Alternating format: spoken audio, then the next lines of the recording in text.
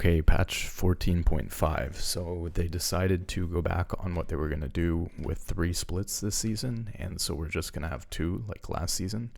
So they're saying that the end date for the season is going to be May 14th, and that the new split is going to start the day after that on the 15th. So it looks like we're only doing 2 splits because they had announced in the preseason that we were going to go to 3, which I think a lot of people were saying was going to be way too much. Bel'Veth, they have a bug fix here, and then the damage reduction on her E is going from 42 to 70 to 35 to 55. I mean, this is pretty big damage reduction here, 7% at rank 1 and 15% at rank 2. So, I mean, that's pretty big. Brand, obviously, Brand's been doing extremely well in the jungle, but they hit him last time. They said that they feel that he's appropriate in the jungle. He's too dominant in mid and support. Interesting. So they'll be reducing his explosive burst damage. So they're actually increasing his damage to monsters by 15%, which helps his clear. And they're reducing the damage on his R from 100 to 300 to 100 to 250.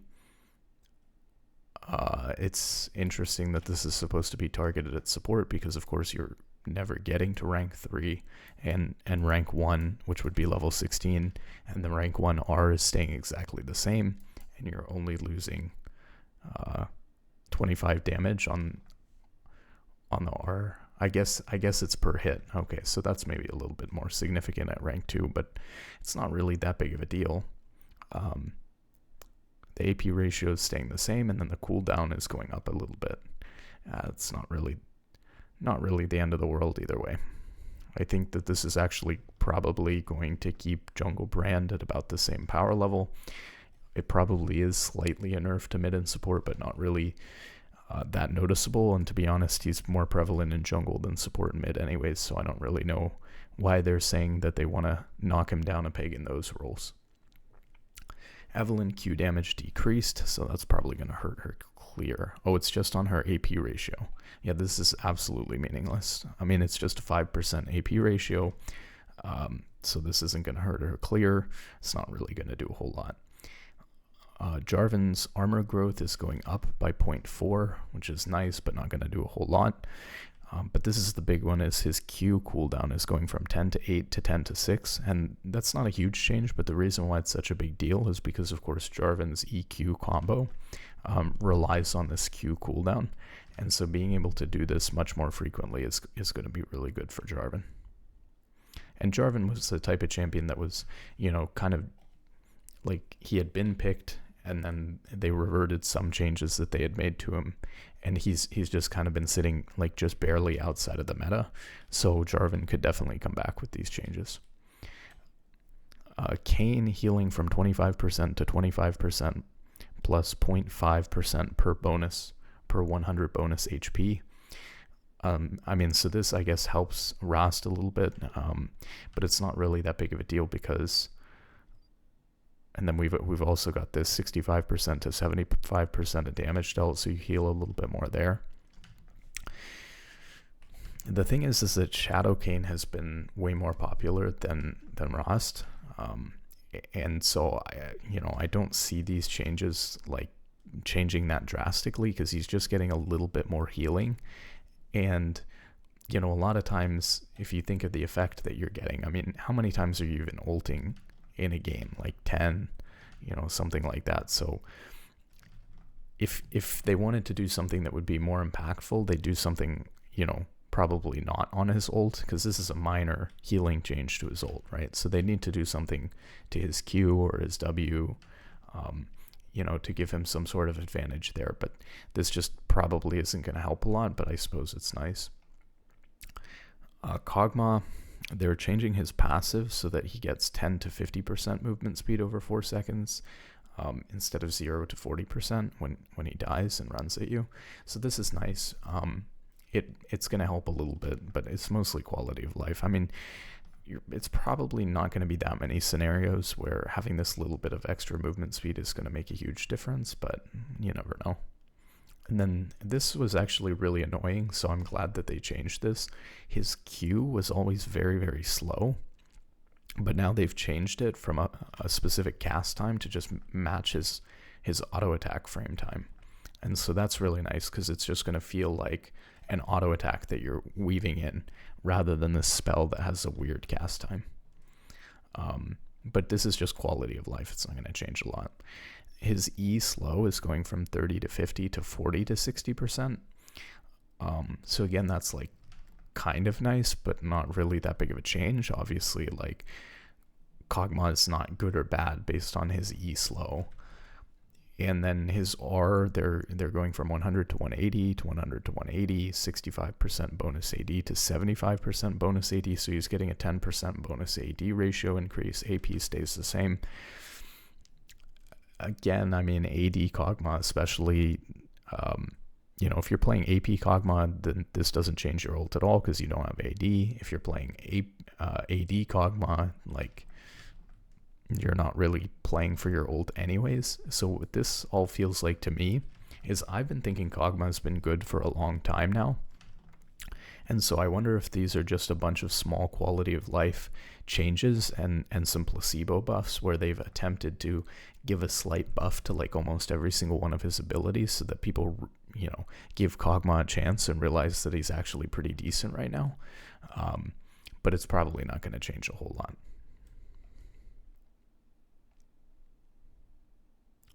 Maokai. So they've been having some huge problems with Maokai support. Obviously, they can't get it under control.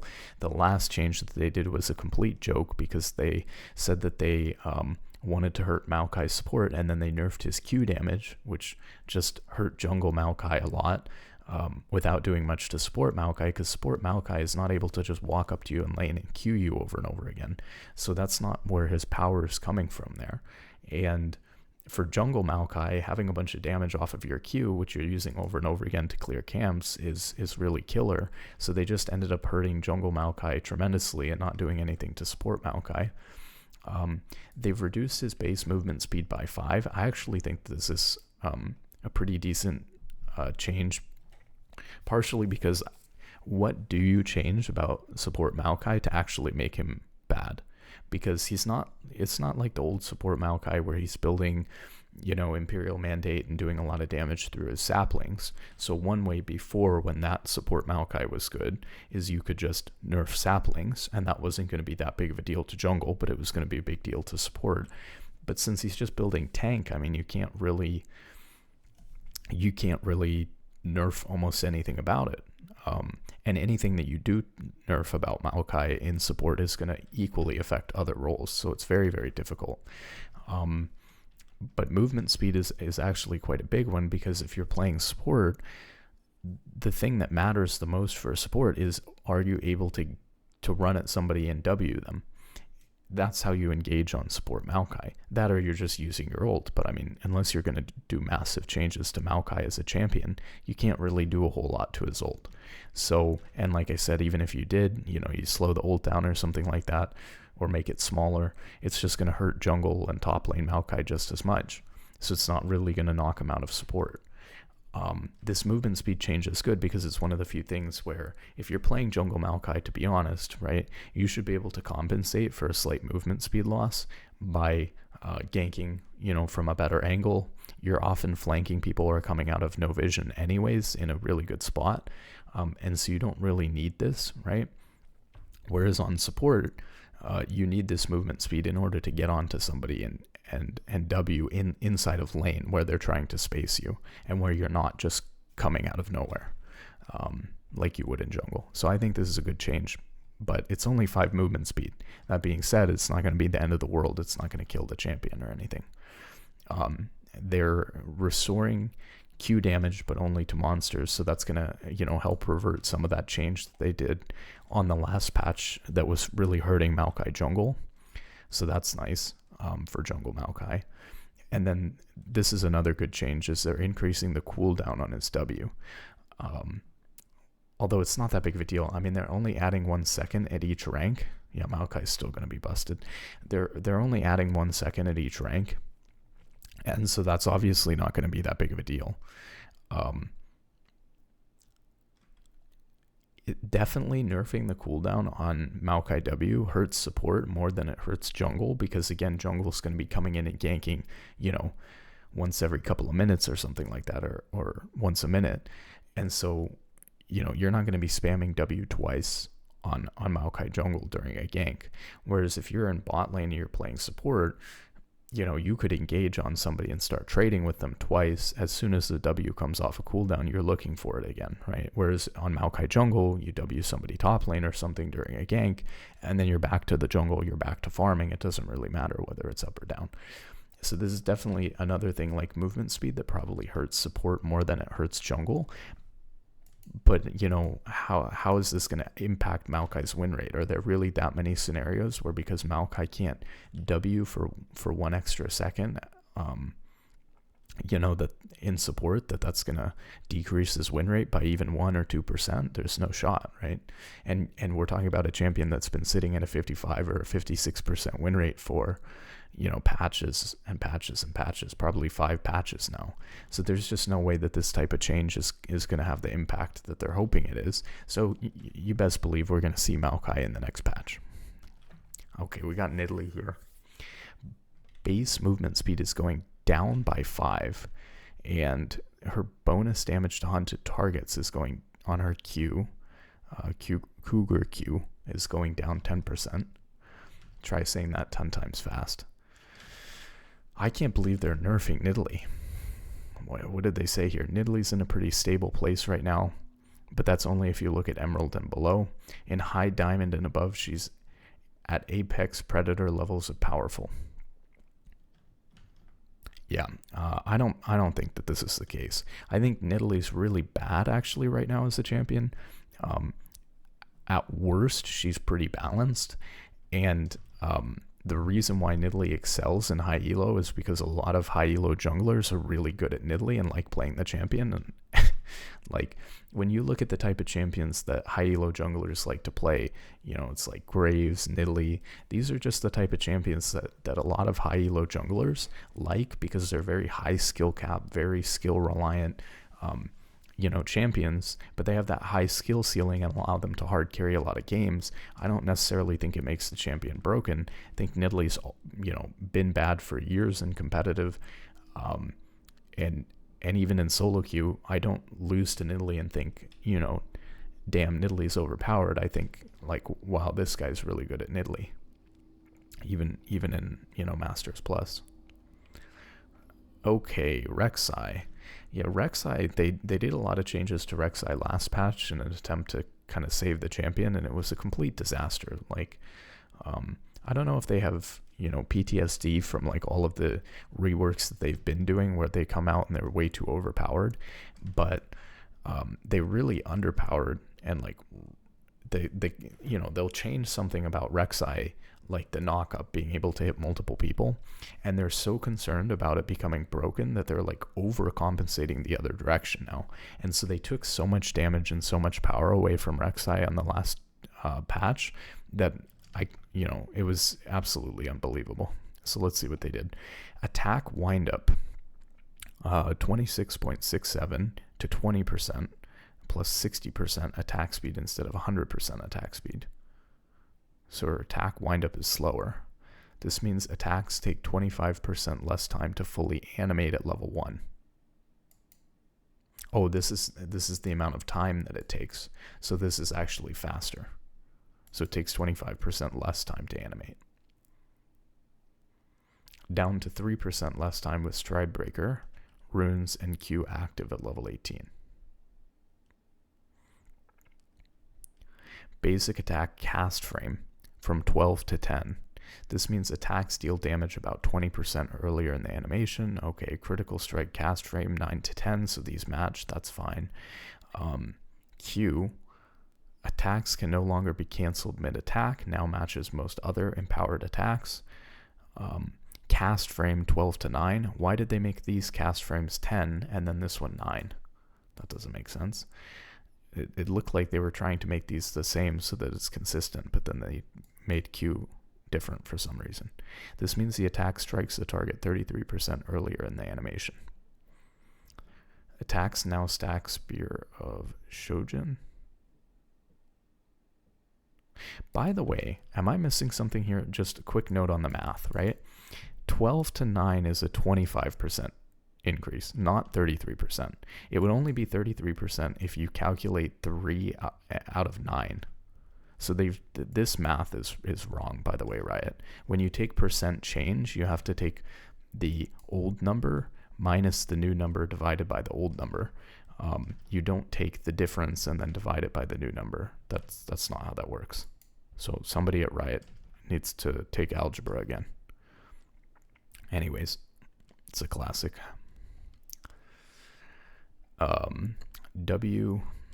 Unburrowing will now knock up all large monsters in range if they're eligible. None of this stuff, by the way, has changed much of anything about Rek'Sai.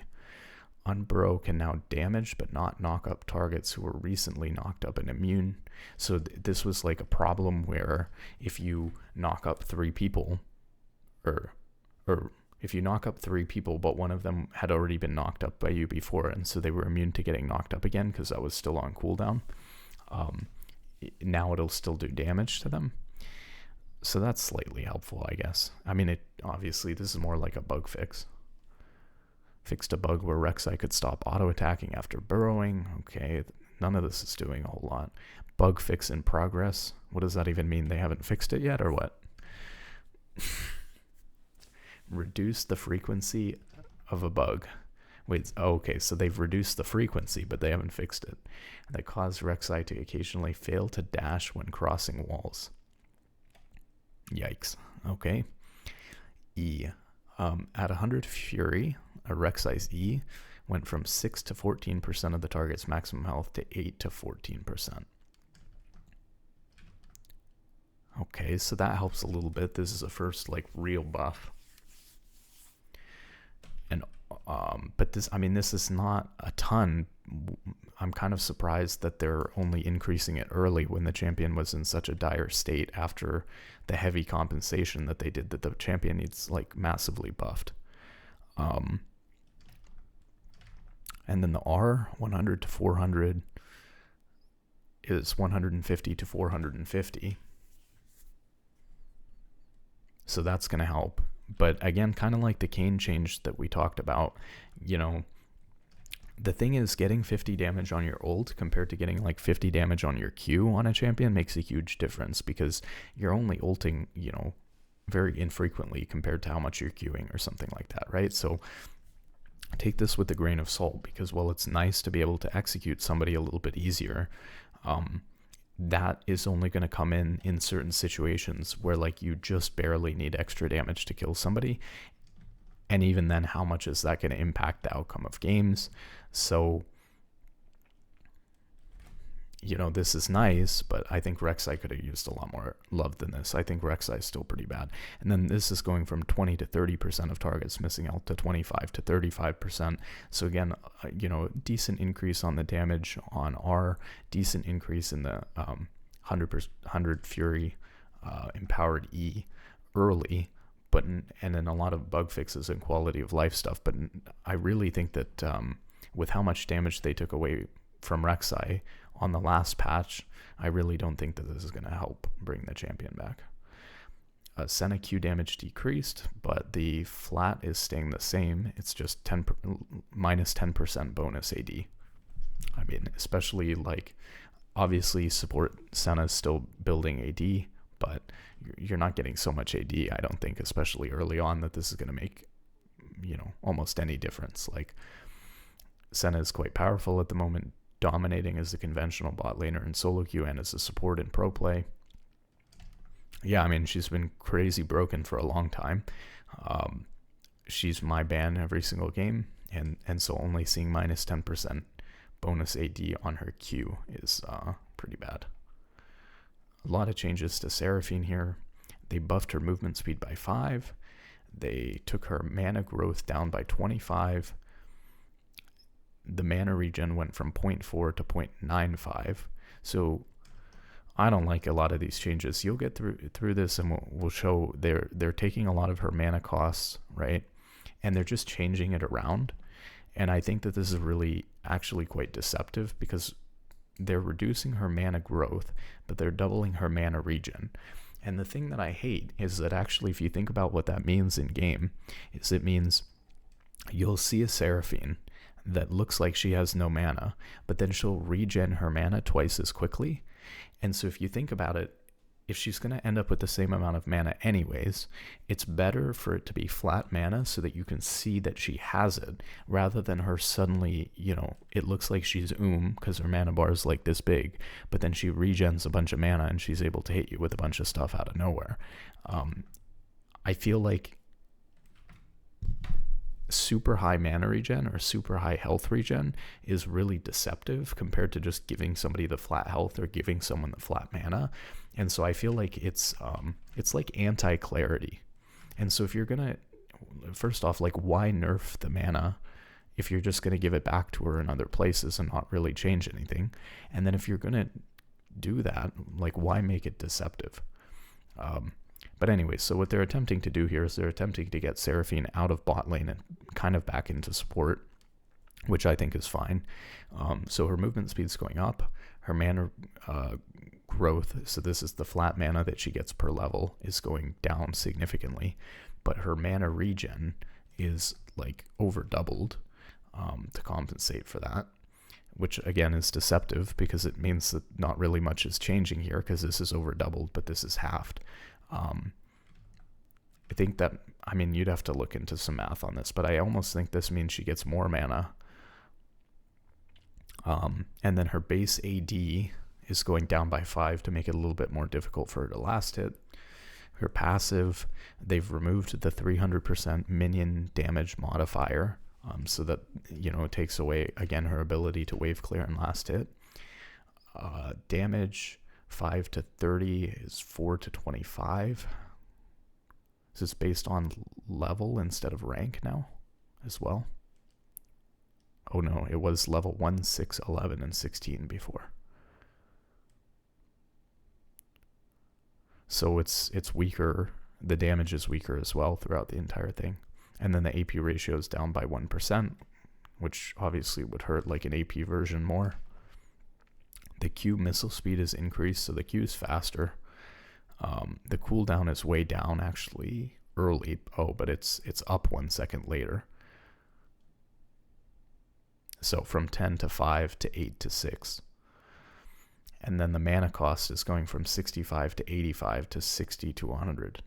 So the mana cost on Q is also less early, or less at early ranks, right? But then it's higher at later ranks. So it's like if you're maxing Q, it's it's going to cost you more mana at later ranks, and it's going to be cheaper earlier. But again, that gets to my point. Like, why are we taking mana away here and then putting it here? It's just weird. Damage 55 to 155 to 60 to 160, and the AP ratio is the same. So the damage on her Q is also going up, but only by 5. So at all ranks, so that's just a little bit.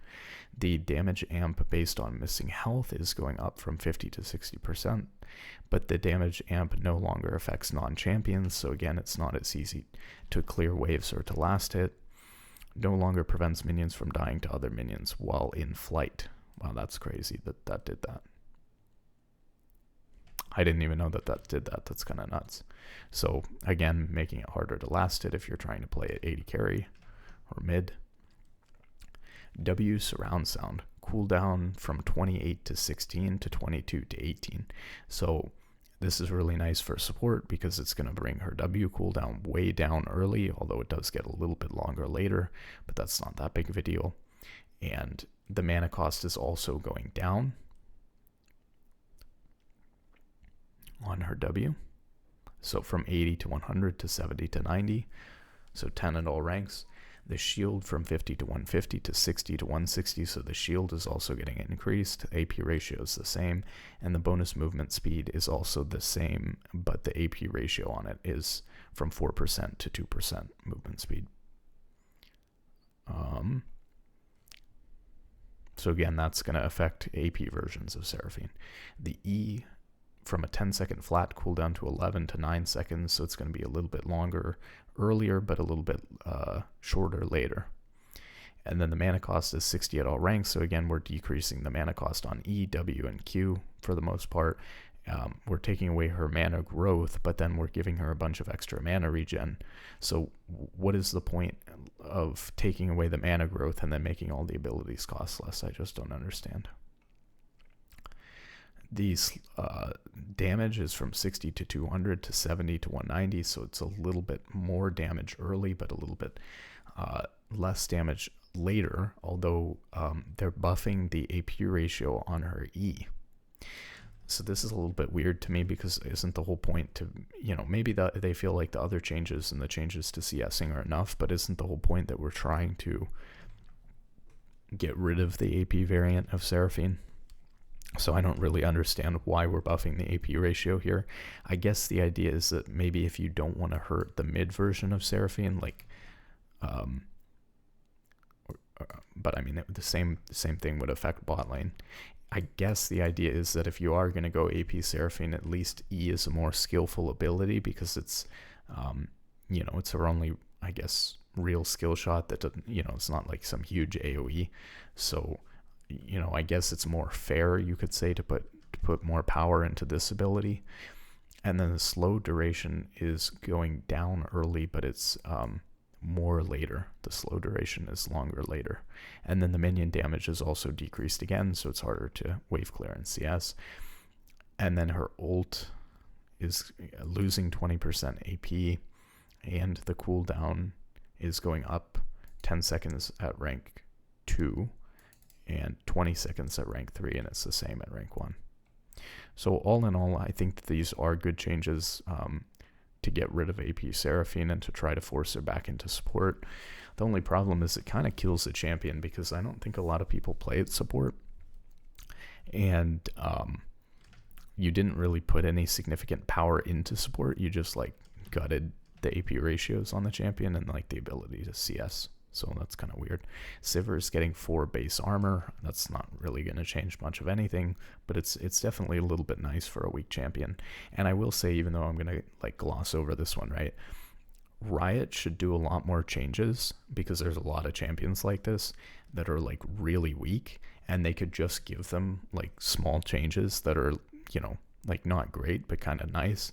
When you have, like thousands and thousands of people playing these champions that are like slightly underpowered for years and years and years, or like really underpowered for years and years and years, and just completely not meta, like why not like give them a little bit of, armor, give them a little bit of health, give them a little bit of AD, do something for them, because you can affect a lot of champions in these patches. You don't have to do such small patches.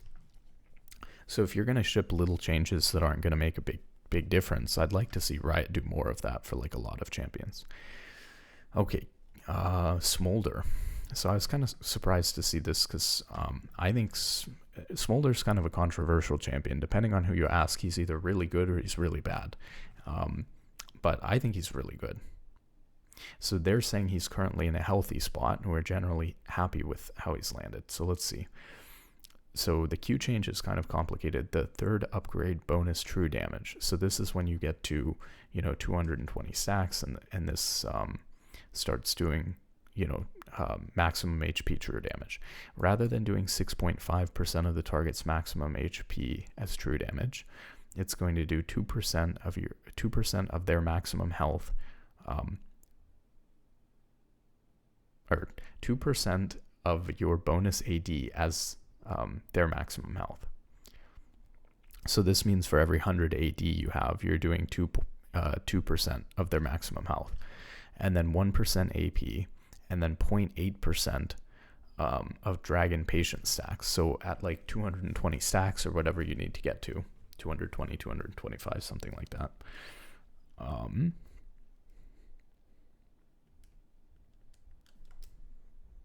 This would give you, at 220 stacks, it'd be 1.76% of their maximum HP. So if you have like 1.76 plus 2%, that would be like 3.76% of their maximum HP. That would be only if you have 0 AP and you have 100 bonus AD. Now it's maybe more realistic that Smolder's going to have, by the time he gets to 220 or 225 stacks, it's more realistic that he's going to have like 200. Is it bonus AD though? Oh man, that's actually kind of tough. Since it's bonus AD, he might not actually have 200 bonus AD. He might be working with like 100 or 150. Because a lot of it's base. I mean, you're going to start the game with on any champion with like 60, 70 AD. So most of this is probably going to be, yeah. So that's kind of a nerf. Because if you're building Smolder in a way like most people are, where you're AD, you don't have very much AP. You're gonna get like 1.76 right away from your dragon stacks or whatever. And if you have 100 bonus AD, which would put you at about 170 AD or so, I think that's pretty reasonable.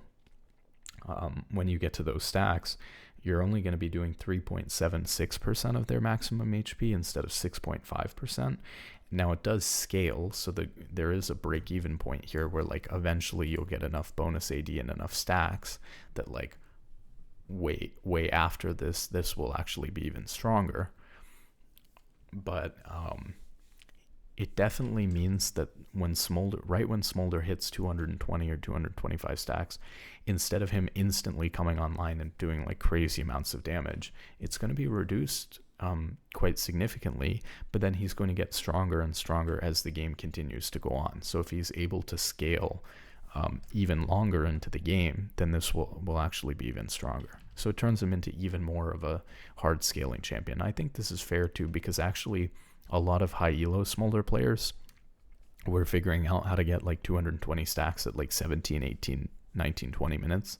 And that's really way too early for him to be coming online, which is one of the reasons why I thought he was broken. So if he has to get more to like, 300 or 400 stacks for this to start becoming stronger than before, and he sees a slight decrease in damage when he's hitting 20 or 30 minutes into the game, or like 20 minutes into the game, but then at like 30 minutes he's actually stronger. I think that's fair. His E, flap, they've clarified that the bolts are not attacks. This is so annoying for Braum, because it definitely feels like, and all the Smolder players think, that when they E, it's going to like proc Braum passive, and it doesn't count towards Braum passive at all. It's probably the weirdest ability in the game that looks like it would count towards Braum passive and doesn't. Because so many things, like Ezreal Q. I mean, Ezreal Q, I guess, is pretty obvious and pretty fair, but there's so many things that, like Katarina R, right, that count towards Braum's passive that don't necessarily seem like they would. And so for Smolder's E to not, which, just looks like him throwing out a bunch of auto attacks, for that to not count towards Braum passive, but for Katarina's ult to count towards Braum passive, it's just so weird. So this is probably the most confusing, I think, ability in combination with Braum passive in the game. Number of bolts is going from 5 to 10 based on how much critical strike chance you have, to 5 plus 1 per 50 dragon stacks. So at like 250 stacks or so, this would be 10 again.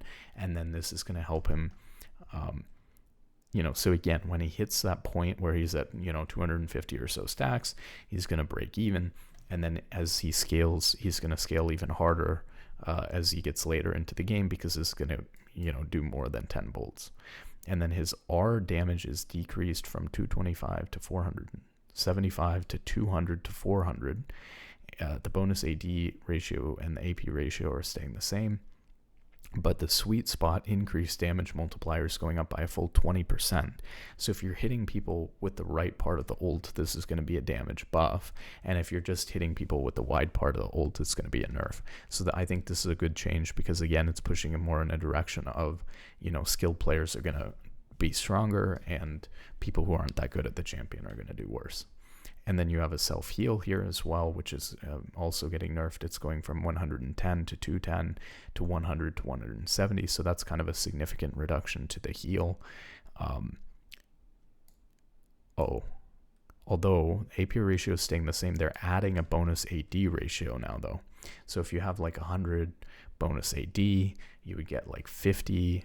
And so adding 50 to this, the self-heal would actually be increased at all ranks. If you have 100 bonus AD. So the heal's pretty much going up, actually. But again, encouraging him to build AD. Frame data on basic attacks has been adjusted to better match Smolder's animations. Okay. Twisted Fate has been really, really strong. I get Riot encouraging alternative builds for fun and stuff like that, but they, there's a difference between like encouraging an alternative build by like putting a ratio here or a ratio there or something like that, and just like massively buffing attack speed Twisted Fate because they want it to be a thing for some reason out of nowhere. The bonus attack speed is going from 10 to 60% to 10 to 50%.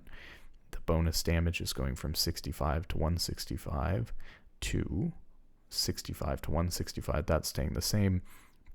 The bonus AD ratio is going from 75% to 20%. Wow, so that's pretty significant. That's what, 55% damage reduction from, or like 55% reduction in any ratio is just so crazy.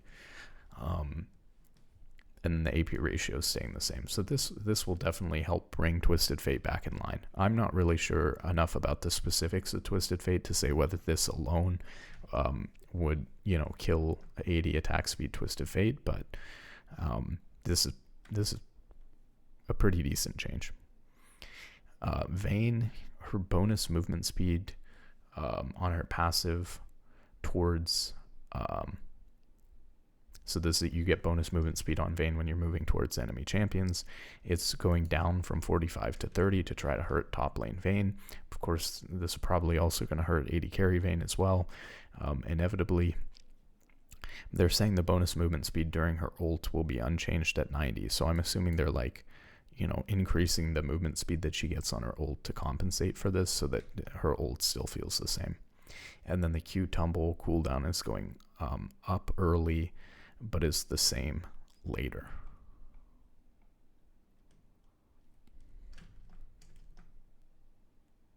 Yeah, this is kind of difficult like Maokai. It's like, how do you nerf Vayne top without nerfing Vayne AD carry? It's pretty difficult to do. So I think this is a good nerf to Vayne top because she's probably, abusing tumble off cooldown to like tumble in and poke you. But obviously for Vayne AD carry, if you're trying to like max W first, for example, and so your Q is staying, at rank 1 for a while at least on AD carry, this is decreasing the amount of times that you can go invisible during your ult on Vayne on AD carry. It's decreasing your mobility on Vayne AD carry. Maybe even Vayne AD carry players will revert to maxing Q or something as a result, but as definitely is not something that's isolated to hurting top lane. Q damage increase, R cooldown decreased on Veigar. So the damage is going from 80 to 240 to 80 to 240, but the AP is going from 45 to 65% to 50% to 70%. So he's getting a 5% AP ratio buff on his Q at all ranks. And his R cooldown is going down 20 seconds at rank 1, which is pretty big, 10 seconds at rank 2, and it's the same at rank 3. That's a pretty significant change. 20 seconds off of Veigar ult at rank 1 opens up a lot of kill potential, for sure. So that's pretty nuts. And then on top of that, he's getting 5% AP ratio on his Q, which he spams all the time. It's crazy. Like, I just want to say, like, as a comparison, I know Veigar and Kayn are very different champions, and a lot of people don't like Kayn, although we're talking about, like the Rost version of Kayn, which nobody really goes. But can you explain to me, right, why, like, Veigar, a champion that's not good, not bad, but, like, totally fine, suddenly out of nowhere gets, like, a significant, cooldown decrease on his ult like this, which gives him a huge amount of kill potential, and like 5% damage ratio on his Q, which he spams all the time. And Riot's attempt at fixing Darkin Kayn is to like give him, like 15% extra healing on his ult or something like that. No changes to his regular abilities. Seems a little bit weird to me. Darkin Kayn being like a champion that like nobody's going, like everyone's going Shadow Kayn, and it's annoying to play against Shadow Kayn. Like, well, Rost is annoying to play against too. We all hate Kayn, but like I think a lot of people, would prefer if we were playing against the Rost version of Kayn than if we were playing against the one-shot you in 1 second Shadowcane. Vex, passive, the Gloom detonation damage is going from 30 to 140 to 40 to 150, so that's going up by 10 at all levels, and then 20% AP to 25% AP. It's not really that much, but it's a decent change, I guess, to help out a struggling champion. Looming Darkness, killing units now grants the passive refund. Yeah, so I mean, these are just nice small quality of life changes for a champion that's not really that great. Wukong, passive Stone Skin, maximum number of stacks from 10 to 5, but the percent amplification per stack is from 50% to 100%, so these are like kind of counterbalancing each other. But obviously you'll need to get less stacks in order to do that, so that's kind of a nice change. And then the stack fall off rate, instead of them all falling off at once, they start falling off one at a time. So that's, yeah, I mean, that's going to help out a little bit. They're trying to bring back, they're saying here in the blurb that they're trying to bring back top lane Wukong. I don't really know that we need to bring back top lane Wukong, but you know, of all the things we could be doing, but you know. Okay, Yorick. Passive, tooltip clarified to state that only Mistwalkers take reduced damage from monsters. Curse bonus damage for attacks, for 8 attacks, from 30% to 20%. Okay. And R, the armor and magic resist is going from 10 to 50 to 30 to 90. Are they trying to buff the champion? What did they say? In her current state, Maiden is too tanky against some champions while simultaneously being too squishy into others. We're trying to make Maiden more consistent. If it was too tanky for some champions, isn't giving it, I mean, maybe I'm wrong, but 30 to 90 armor from 10 to 50, isn't that going to make it way more tanky? Removed. Maiden no longer reduces area of effect damage by 50%. Okay. Now clarifies that Maiden takes 70% less damage from lane minions. Bug fix. Maiden's 1 to 2 to 3% maximum damage no longer bypasses evasion like Shen's W. I thought Yorick was strong and they needed to nerf him, but apparently I don't think this changes much of anything. In fact, it might be a buff. But anyways, I mean, you know how it is. Zac W. Zac has been taking over top lane. Interesting that there's no mention of support. Zac's been crazy in support. Zac has been taking over top lane, but his power as jungler is still in a relatively healthy spot. Okay. I agree with that. I think he's probably fine as a jungler, maybe a little bit strong as a jungler, but he's probably fine as a jungler. And in top lane and support, though, he's been doing extremely well. So anyways, W damage 35 to 95 to 40 to 80. Wait, so it's doing more damage early and then less damage later. But doesn't Zac not max W, so this is just a buff? Maybe I'm wrong. Maybe top lane Zac maxes W or something like that.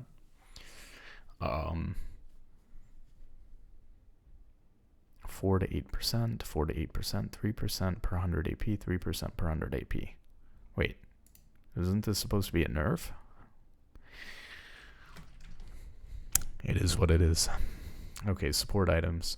So if you don't know, for support items, Bloodsong, this is essentially what happened when the season started. Bloodsong was by far and away just way stronger than every other support item in the game, to the point where almost every support champion was taking Bloodsong, even if they were like clearly the most Solstice Slay user out there. And Solstice Slay was like right behind it, like a little bit lower, and then all the other ones were complete trash, even if it seemed like the perfect item to use.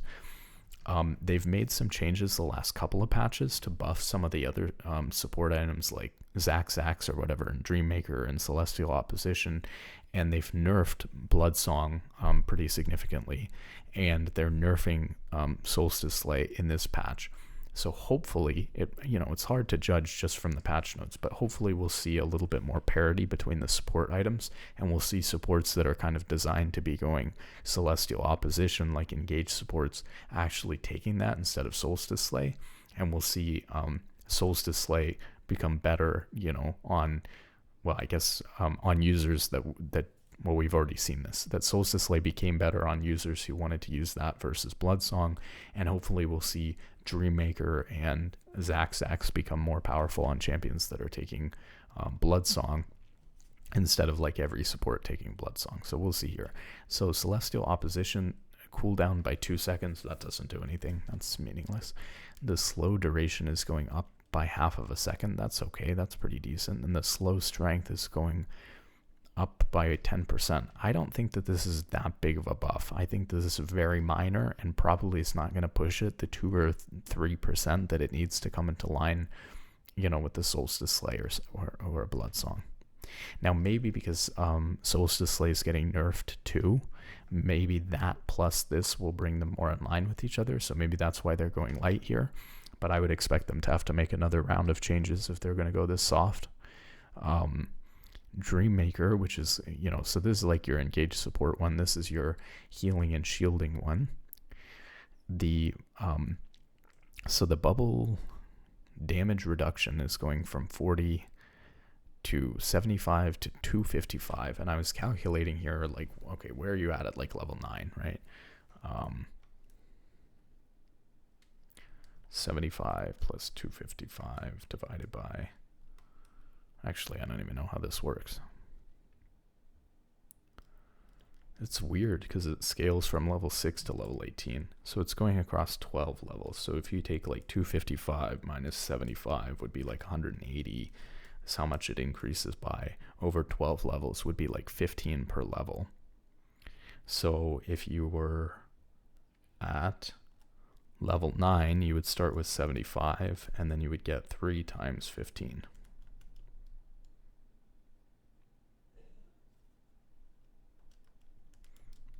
So that would be 45 plus 75, which is 120. So at level 9, it's, so your break-even point is at level 10.5, which is, that is maybe a little bit after you get it. So it's probably a slight nerf early, but then way buffed every point after that. I don't really know why you would need to slightly nerf the item early, but either way, this gives the item some scaling capability. Bonus damage is going from 90 to 50 to 170.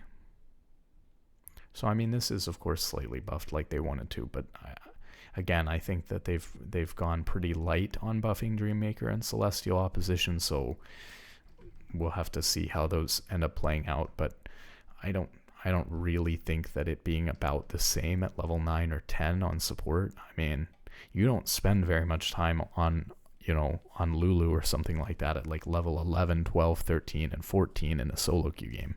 So it's only a slight buff at those levels, and that's probably not going to do a whole lot for the item. Same thing here, like the most important part of Celestial Opposition is like the damage reduction that you get. So I guess the cooldown being down by 2 is nice, but like this is only a 2-second cooldown decrease, so this is barely changing anything. The slow duration and the slow strength are not that big of a deal, and not really why you pick it. You pick it for the damage reduction, which they didn't buff at all.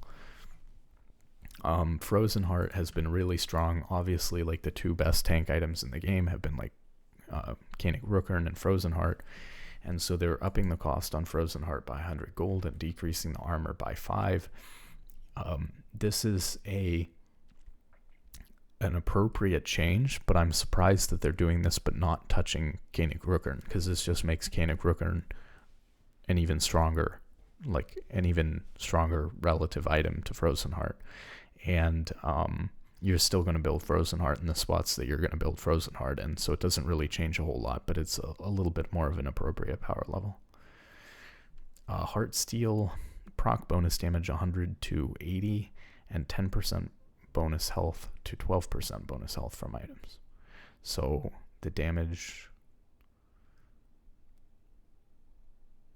I mean, this is going to have a break-even point too if you get enough health from items, so this is probably like about the same. Heartsteel isn't worth purchasing on many champions. So why are they decreasing the proc damage here?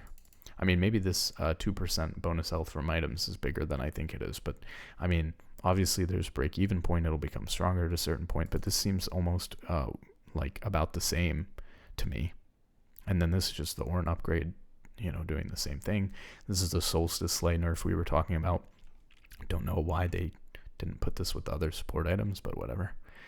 The cooldown is going up by 10 seconds. Now this is a massive nerf, right? Because we're talking about a 33% increase in the cooldown, so that's pretty significant.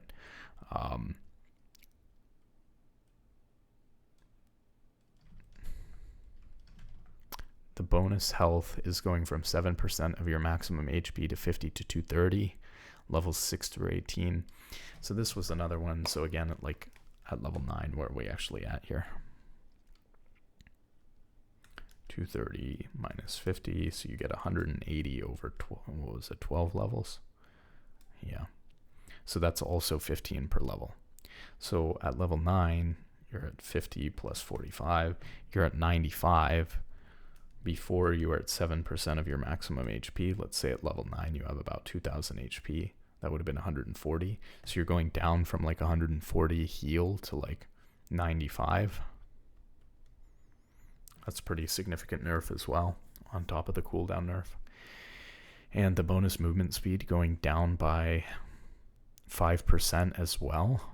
So on Braum specifically, right, which is my main champion, a lot of Braum players probably watching this, I'm telling you right now, this is such a significant nerf that I think going Bloodsong again is worth it, because Bloodsong's not in this patch. And Bloodsong was still sitting at actually, I don't know. Hold on. Let me think. So Bloodsong was doing pretty well on Braum when Bloodsong was good. It was at one point it did have a higher win rate than Solstice Slay. Then it got nerfed and it had a slightly lower win rate than Solstice Slay, like 1 or 2%. Then people stopped building it altogether. And now with Solstice Slay really being gutted, Bloodsong could definitely be, I mean, I'd have to look into it. I can't tell you right away looking at the patch notes, but we probably want to look into whether Bloodsong's good now, because this is a very significant nerf to Solstice Slay. Alternatively, another thing that we're probably going to talk about in a separate video too, actually, with some tech that's coming up, but Ingenious Hunter was a rune somebody commented on actually in my Braum guide. Ingenious Hunter gets a lot of value on Braum right now, no matter what you're doing, because with Solstice Slay being nerfed like this and having the longer cooldown something has, the more value you get out of the haste that you have on it. And so if something's a 2-second cooldown and you cut it in half, it goes from 2 to 1 second. That's not really that big of a deal. But if something goes from 30 seconds to 15 seconds, that's a much bigger deal. So Ingenious Hunter on Braum, when you're already talking about building Locket and Redemption, which are 2 active items that you benefit from having on a shorter cooldown, and now Solstice Slay, which is also affected by Ingenious Hunter, you could bring that on a shorter cooldown. This is something that you could consider changing in your runes to try to help with this Solstice Slay change. Spear of Shojin. Spells now only grant 1 stack per cast, up to 1 per second for spells that deal damage over time. Attack-based spells now add a stack and get their damage improved by Spell Amp. Damage from champions' passives should no longer grant stacks, a focused will. Make it synergize better with champions that should be primary users of the items. Yeah, I'm just going to be honest on this one. I'm a support main. I don't really know what any of this just said. It is what it is. Sounds like it's not changing a whole lot, Sunfire Aegis, health 450 to 500, and immolate base damage from 12 to 15. So this is nice because obviously Sunfire is just like an objectively way worse version of Hollow Radiance, and so this brings it in line a little bit with that, but neither of those items are that good, so don't build them. The reason for that is because Canik Rookhorn and Frozen Heart has tank items that are just way outperforming those other ones, even with this nerf in this patch to Frozen Heart. AP items, Lichbane 75% to 75%, 50% to 45%. So Lichbane's losing 5% AP ratio on the Spellblade damage. That's not a huge deal. Storm Surge movement speed from 5% to 8%. That's a little bit nice, but obviously, like, you're building this item mostly for damage, not movement speed, so I don't think that changes a whole lot. And then Rocket Belt is bad, so why are they increasing the cost by 100? I think that so they've given it 10 ability power, which is nice. This is a slight buff. I feel like they could have actually, the item's so bad, they could have actually just gone ahead and given it 10 ability power for free without increasing the cost. And that would have been a much nicer change for those players that are using that. And then we're into like ARAM and bug fixes. So that's it for the patch notes. Hope you enjoy. We'll definitely have to keep tabs on the support items in this patch. Honestly, not a whole lot changes. Maokai is still good. Brand Jungle is still good.